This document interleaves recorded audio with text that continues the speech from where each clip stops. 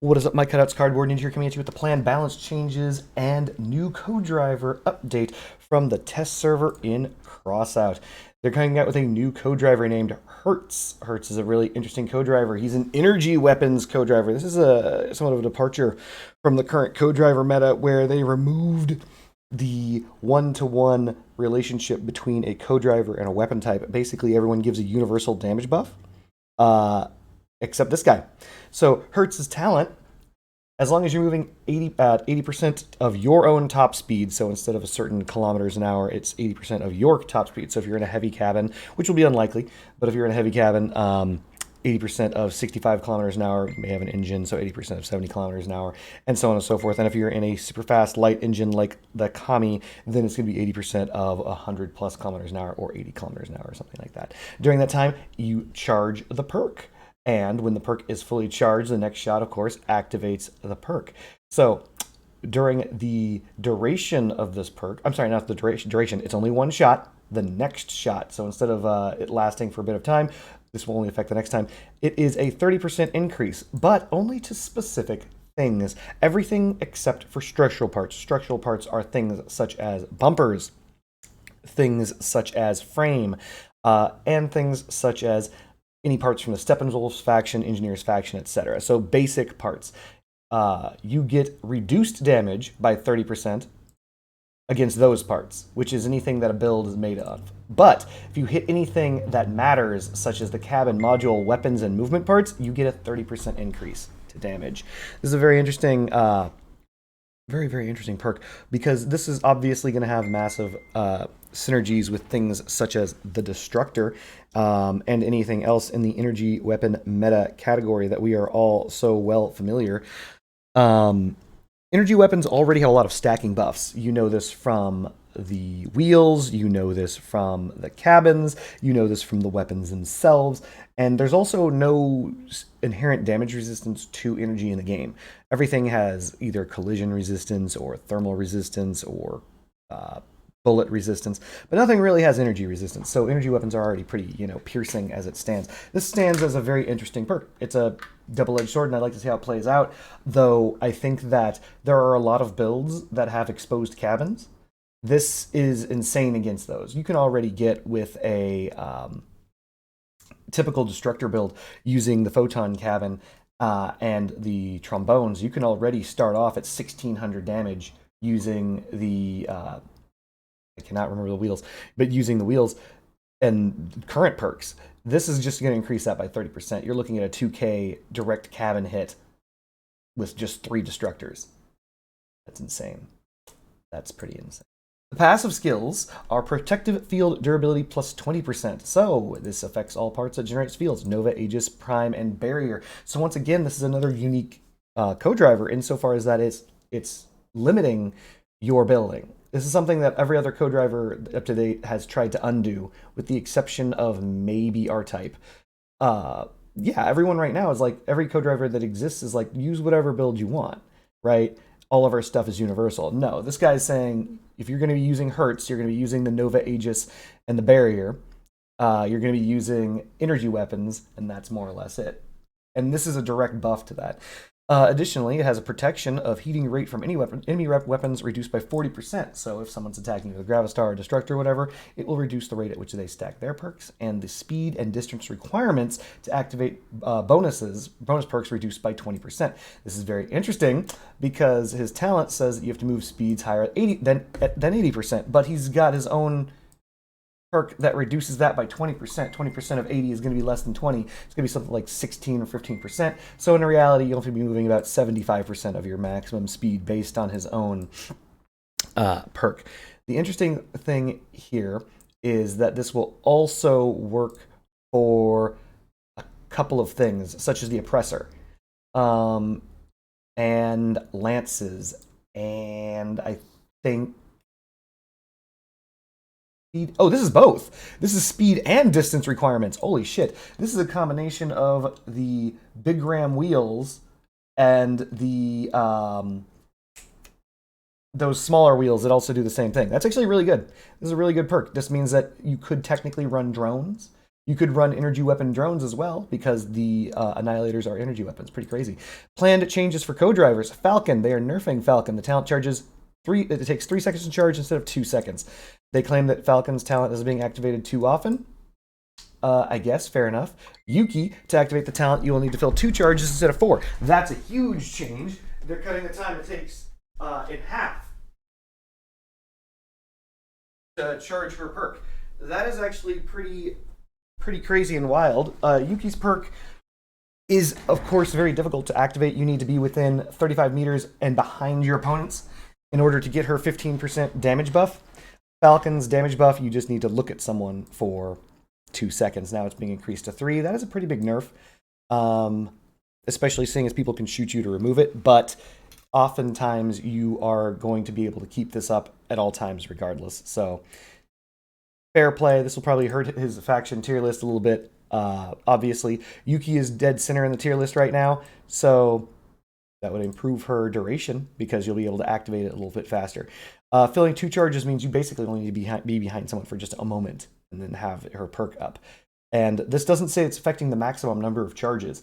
So in case for those who don't remember, she has 8 charges to fill. So it will become active after 2, charge up to 8, and degrade at a rate of 1 per second. Just so we're all clear. So you can basically have up to 8 seconds of her 15% damage after not being behind them. Rare parts changes. So blue weapons. Borer. Increase the length of the weapon's physical model.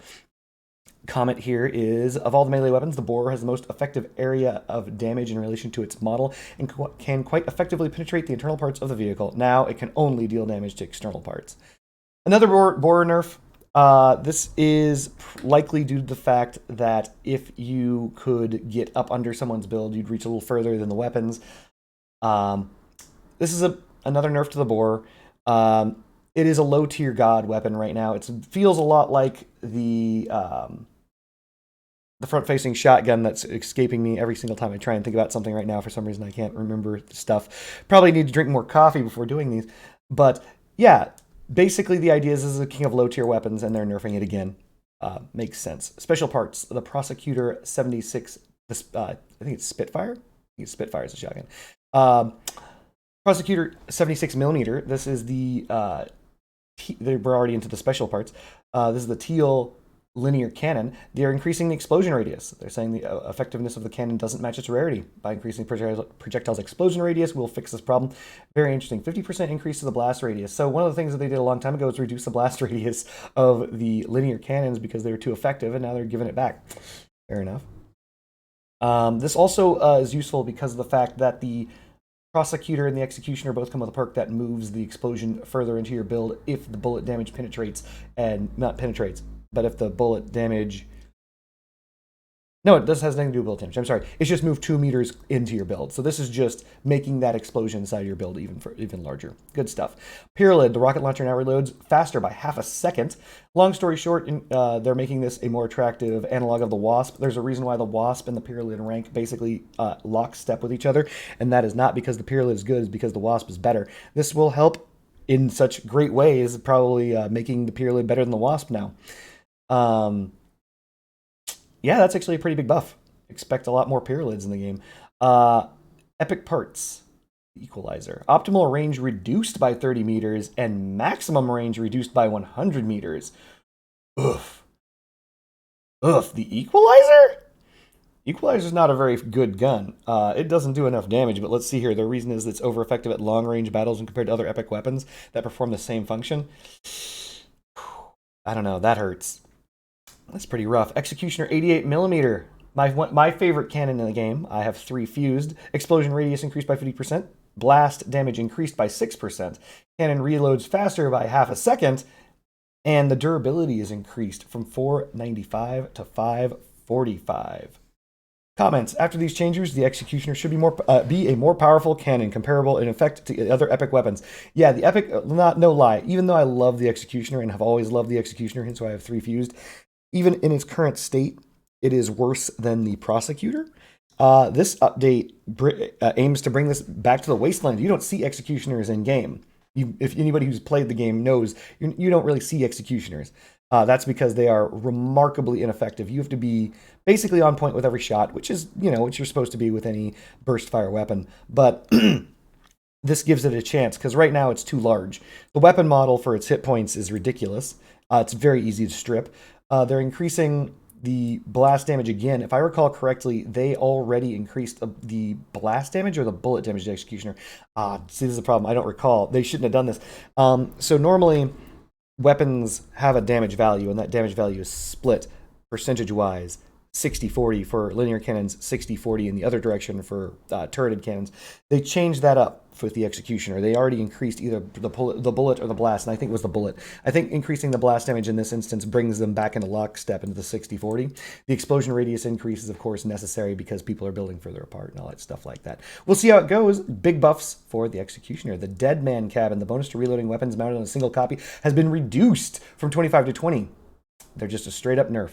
That 5% nerf they think is too much because of the 10 and 15% bonuses for 2 or 3 weapons, etc.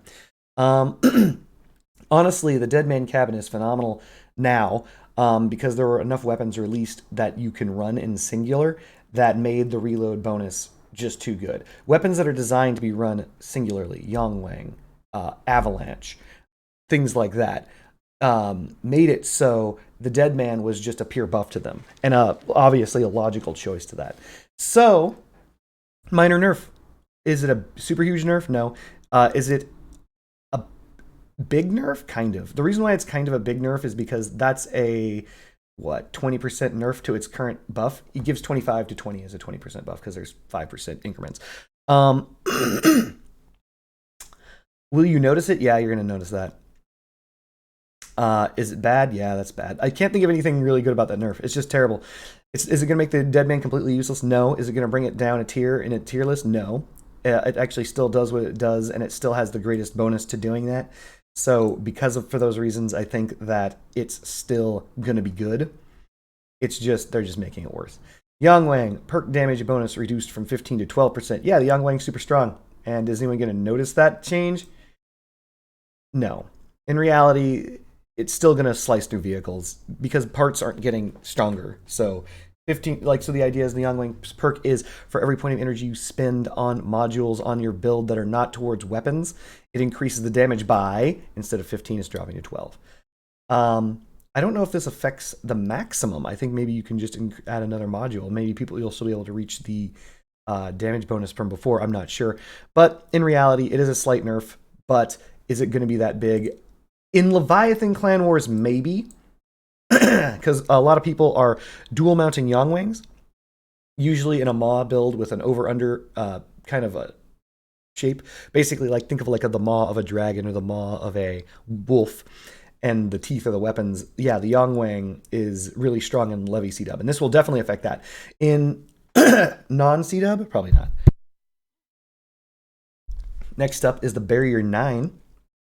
Similar to the Aegis, energy drain is being reduced, power score is being reduced, the shield activates faster, so instead of having the little barrier be blown up after it drops its drone, it's going to be actually playable, but the durability is being reduced by 19%. But increase the amount of points received for blocking damage, yay. So basically, if you're looking for score, and you're trying to get that score from blocking damage of your shield, it'll be easier. Sure, shield durability reduced by 19%. That's kind of annoying, though you can combine this with the new co-driver that increases your durability by 20%. This will not be the same, by the way. It's not a 1-for-1. It's not like, oh, I'm going to reduce it by 19% but gain 20% and be 1% more powerful. That's not how that works. You're going to reduce the durability of your shields, the durability of the shield by 19%, and then you're going to get 20% off of that 19% reduced shield. You're still going to end up being less than you were before. Just so you know, that's how math works. Order of operations is kind of important. So you're going to still have less shields than you had before, even if you use the new co-driver, but there you go. Do I think this is a good change? Yeah. In general, I think it is a great change. Anything that, energy cost is insane. Energy cost is insane. Just so we're all clear. It's the most important stat. It's the most important thing in the game. So reducing the energy by 1 is huge. And we're going to probably see more barriers in game. That's not bad.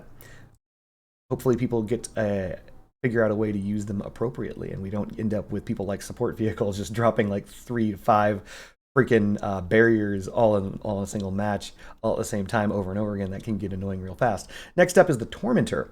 This is the module that takes 2 energy, and when used, increases damage dealt by your melee weapons for 5 seconds. Now, it's going to take 2 energy still. The damage bonus is increased from 50% to 80%. Huge increase. And the active time is increased from 5 seconds to 6 seconds. The reasons that they're giving is actually quite interesting. They say that it's low efficiency for its energy drain. That was a fact. The assemblies with the Tormentor, meaning builds that had the Tormentor, may have even been less effective than those without it. That is actually true. There's a reason why people actively avoided using the Tormentor. It's because you could just either A, mount another weapon, or B, be in a lower power score.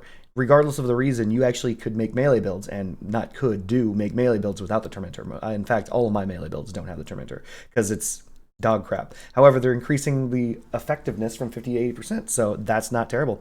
They think that by reducing the energy drain, which they did not do, they can make the module too much of a necessity for mounting on a vehicle, which is true. If the Tormentor cost 1 energy, too much. They chose another option, which is increasing of the damage bonus. The Aggressor cabin currently, if you check the market, as the time before making this video, the Aggressor cabin was the cheapest cabin in the entire game. Like, you could buy, like, cheapest epic cabin in the entire game. Get one for like 300 something coins. Really, really, really cheap. They are increasing the tonnage from 38 to 3,900. The mass limit has been increased from 78 to 8,000. And the time to reset the charge when driving in a non-straight line was increased from half a second to 1 second. So they're doubling the amount of time it takes to lose a charge. So you get a charge, and losing a charge is now twice as hard. They're trying to buff it, and I think that's a good change. It's going to make it cost more, of course, and all that good stuff. But if you already have an Aggressor, good on you, because now your Aggressor is getting just a little bit better. The Tank Track has its turning radius reduced. That is a buff for those of us who do not know. If you increase the turning radius, it means that turning is harder. Reinforced Track, Armor Track, and Goliath turning radius reduced, and increased turning speed on the spot, meaning if you are standing still with any of those tracks and hit left or right, you'll be able to turn on the spot a whole lot faster. By the way, this sounds like a buff, but in case those of us who don't recall previous patch notes, this is a reversion of the nerfed tracks. I don't know why they nerfed tracks in the first place. They were like, oh yeah, these tracks, they're just too meta. We're going to make them harder to use. They did that. Remember that, chat? Remember that, everyone? That's what they did. They made tracks worse in previous patches. I think that was because they made wheels worse and they made hovers better. It was during that hover apocalypse where they made it so any movement part that wasn't hovers was complete ass, like driving molasses through a cornfield. Bad, just terrible, just terrible, like you were gunked down. And they did that to the tank tracks as well, so it looks like they're reverting that. That's good. Icarus 4 and Icarus 7 fixed a bug in calculating acceleration of hovers. Now the mass of the car and the number of hovers have a greater impact on acceleration. That's not a bug, that's a nerf. They're not fixing a bug. They're like, wait a minute, you're accelerating too fast. You're doing things better when we buffed hovers. Remember? There were like so many patches. I have so many videos out for all the patches. These are all buffs. That's not a bug. They simply made the Icarus 4 and Icarus 7 accelerate real good. Anyway, reduced the effect of acceleration on the tilting of the Icarus 7 hovers. So again, for those of us who don't know, this is actually a buff. When you move forward, backward, left, right with Icarus 7s, because you're so high off the ground, all that stuff like that, your vehicle tilts a lot. This means that your weapons may or may not be able to look at your opponent when moving backwards away from them and things like that. So this is a buff. That's a decent buff. They're bringing them back more like they were before all the changes. Now the effects of hovers are visible in stealth mode. The detection distance is comparable to the visibility of traces on the ground for movement parts. Oh, so like if you're flying over water or the ground, the dust, you can actually see that now. Interesting. So now if you cloak as a hover, you're not just entirely invisible. That's good. I mean, yeah. They're saying the changes in acceleration will primarily affect the cars with high power score with a large number of hovers. Just so we're clear, this just means that hover boats are back. If you're in a large hover, it's going to be bad again. Things are going to suck to fly the unfriendly skies. So what this means is, by the way, after this change to hovers, with the exception of... No, after this change to hovers, this will be the reversion of everything that they did to hovers with the exception of forward mounting and of hovers, and the damage taken increased and the model size. So the total number of changes from hovers from about, let's say, 8 months ago would be nil, with the exception of they're half as large, you take double damage, or sorry, you take 50% more damage to the fronts of hovers, and you can mount them on any side of your vehicle. Everything else has been basically reverted as of this. So And I think the top speed of Icarus 7s. That's it. Legendary parts. So we're up to the gold weapons. The MG14 Arbiter, same nerf as the Equalizer. Ugh. I can kind of see that for the Arbiter. I can kind of see that. I guess they're tired of people stripping people from far enough away. This is probably to affect builds such as the Cantilena, because a bunch of Cantilena builds are using the Arbiter because it's just constant continuous damage, so getting your stacks is really, really quick. But still, I mean, what else are you going to use? What are you supposed to use? Vindicators? I don't know.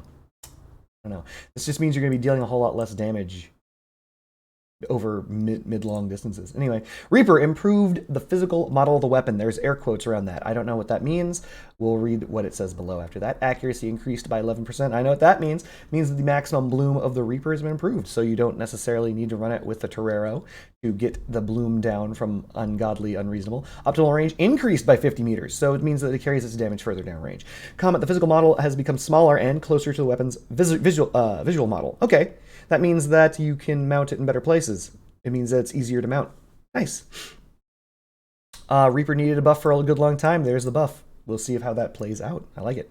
Assembler. So for those of us who don't know what the Assembler is, and that is going to be most of us, because nobody uses this dog crap weapon, it is a sniper weapon. It works very similar to the Astreus in that you charge it up and fire, and if you overcharge, bad stuff happens, except the projectile in this instance is not uniform in projectile speed, so you have to charge it longer for its projectile speed to increase. And also the damage increases basically up to the last second with the Assembler. So you really want to release that shot at the latest possible time. And if you miss that, then you get penalized. So it says the penalty to the weapon's rotation speed is 30% instead of 61%. I don't know what it means by the penalty to weapon rotation speed. I think that there might be a penalty to the weapon rotation speed while charging. But I don't know about that because, again, I didn't know there was one. Now, when the weapon is charged for too long and then it resets, meaning you overcharge it, it heats up by 50% instead of 100%.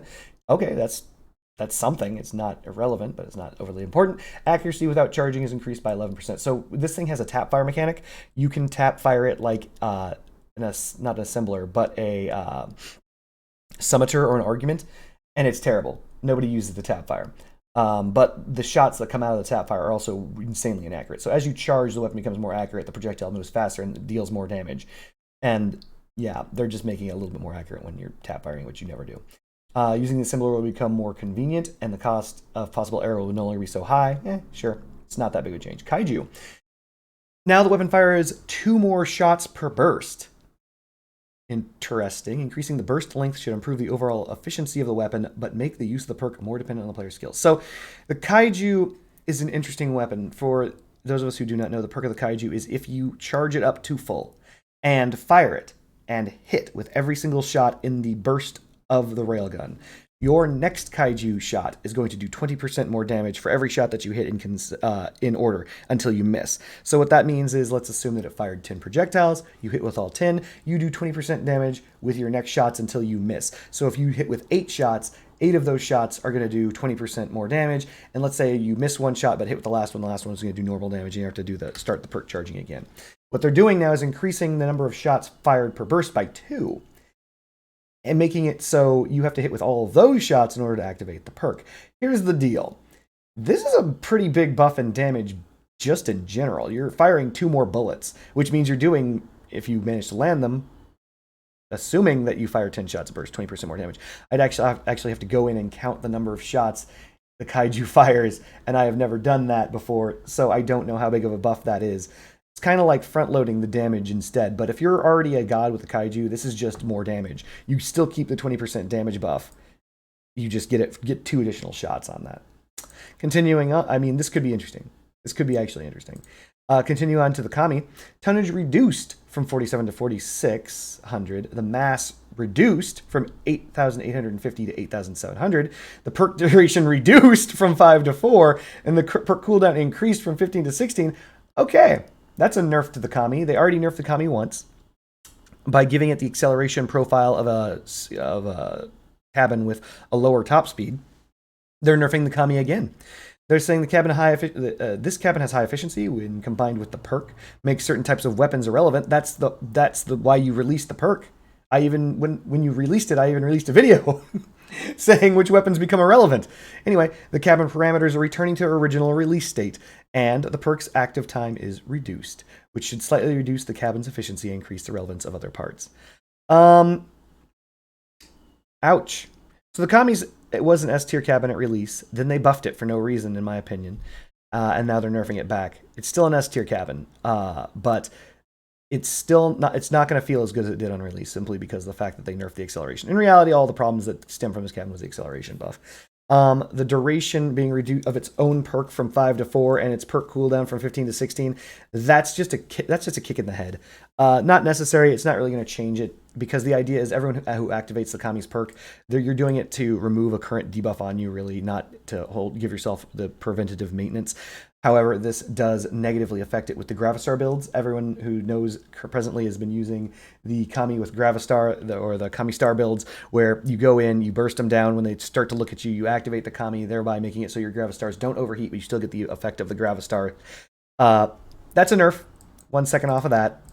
And the cooldown is going to make it harder to get to. That's pretty rough. I wouldn't go selling my Kami so soon, considering the Kami's still phenomenal, but that's just annoying. The AM5 Avalanche, the projectile explosion, now deals 30% more damage to the player's armored car. So what this means is you take 30% more blast damage from your own gun, because everyone just runs in and shoots you at point blank range with it. Yep. I mean, it's not as though everyone has these things attached to Omamori or anything. It's not going to change much, but, 30% more damage is 30% more damage. And the blast radius of the avalanche projectile means that you're almost always going to be within range of that blast. It's just going to strip yourself that much faster. Relic parts. The Ripper added 90% resistance to melee damage to the weapon's discs. Okay, so basically, if you collide with it, the discs aren't going to immediately get broken. The durability reduced from 100 to 50. Good! Jesus Christ. I don't know why they did this. This was ridiculous. They're like, oh, the discs are getting ripped off the ground. You know what we're going to do? We're going to increase the durability. That made these things cancerous in Levy C-Dub, because of the fact that it takes 100 damage to strip them back off the ground. So the Leviathan was constantly targeting these random discs. This is a good change. The physical model of the disc is increased to match the size of the visual model. So now it's going to be even easier to ram into the Ripper. That's an interesting change to the Ripper. All right, sounds good. Other improved handbrake mechanics. We're going to put the air quotes around the word improved. Now, braking distance when using the handbrake has become shorter, so it means that it will stop your car faster. Now, you cannot continue to move forward while the handbrake is used. Disabling the handbrake no longer results in an immediate acceleration. Disabling meaning letting go of the handbrake button. So instead, way back in the day, you guys remember that if you held down handbrake, you'd come to a stop, and you released handbrake, you'd just continue, you'd get your acceleration from the speed you're at. Apparently, they're changing that, so driving is going to feel even worse. When cornering, the reduction in speed is not as severe as when driving in a straight line. This is done in order to preserve the ability to use a handbrake to start drifting. So basically, if you're driving in a straight line and use a handbrake, think of it kind of like slamming on the actual brakes. So somehow, when they say cornering, the idea is you have to start the turn before you have hit the brakes. So turn first, hit brakes, and it's not going to immediately stop your car. And it's going to be interesting. You're going to have to relearn how to drive, chat. You have to relearn how to drive. Again. And this only affects wheels, but yeah, that appears to be the last change. I can't wait to see how that affects the game. And that is all of the changes. Things that I'm most excited for or most interested in seeing. Obviously the new co-driver, because it's new. That's just new. Updates the Barrier 9. Great. Updates the Executioner. I mean, yeah, I can't wait to actually use the Executioner some more. I mean, half a second faster reload is important, especially considering the DPS of the Executioner was just the worst. Just terrible. It's just worse than the Prosecutor. Pyralid changes, interesting. I honestly think that the Borer's change is still not going to affect it enough. Just like with the Spitfire, all the nerfs to the Spitfire, it's still the #1 weapon of its power score. I don't see that changing with the Borer, because the plan is to ram into them and push into their build regardless of whether or not you're hitting something deeper, air quotes, into the build or not. But I believe that the physical model of the Borer is now matching its damage model, so I don't see how it's going to change much, other than the fact that builds will be touching the Borer physically, which means that it'll be pushed more easily and things like that. Yeah. Nerf to Falcon isn't going to really change the gameplay of Falcon. The buff to Yuki isn't going to change the gameplay of Yuki, though you're going to actually get the buffs out of it. Other than that, the nerfs to the Deadman Yangwang, you're still going to use the builds the exact same way that you did before. Nothing will really change on the end. Your opponent's side, they're just still going to eat it. You will notice probably the 5-minute or the 5% reload nerf on the dead man, but I mean, it's not as though you weren't using that with the 20% buff on the reload module anyway. So, yeah, you may end up seeing a Tormentor build. People using Tormentors. I doubt it.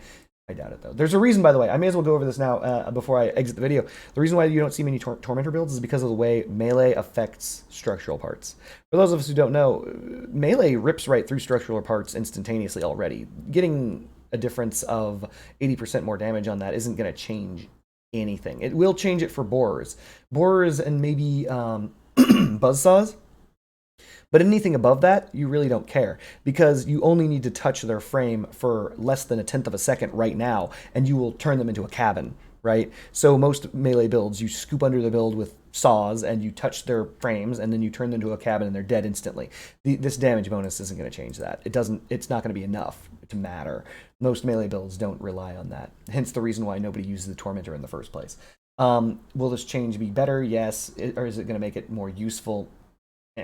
Not really, not especially, because I mean, it comes down to what you're attacking, not what's making the attack doesn't matter so much as what you are attacking. Damage isn't really the problem with Melee builds, because it's what you attack with the Melee builds that makes them so efficient. But yeah, that's all. Arbiter nerfs, meh. Reaper buff. You're not going to see many more Reapers, but you know. All right, I'll let you guys go. Thank you for watching. Hope you guys enjoy. I will actually try and get on the test server maybe to test these driving changes. It's gonna just making driving feeling even worse. Cross out. What are you doing, bro? What are you doing? Other than that, peace.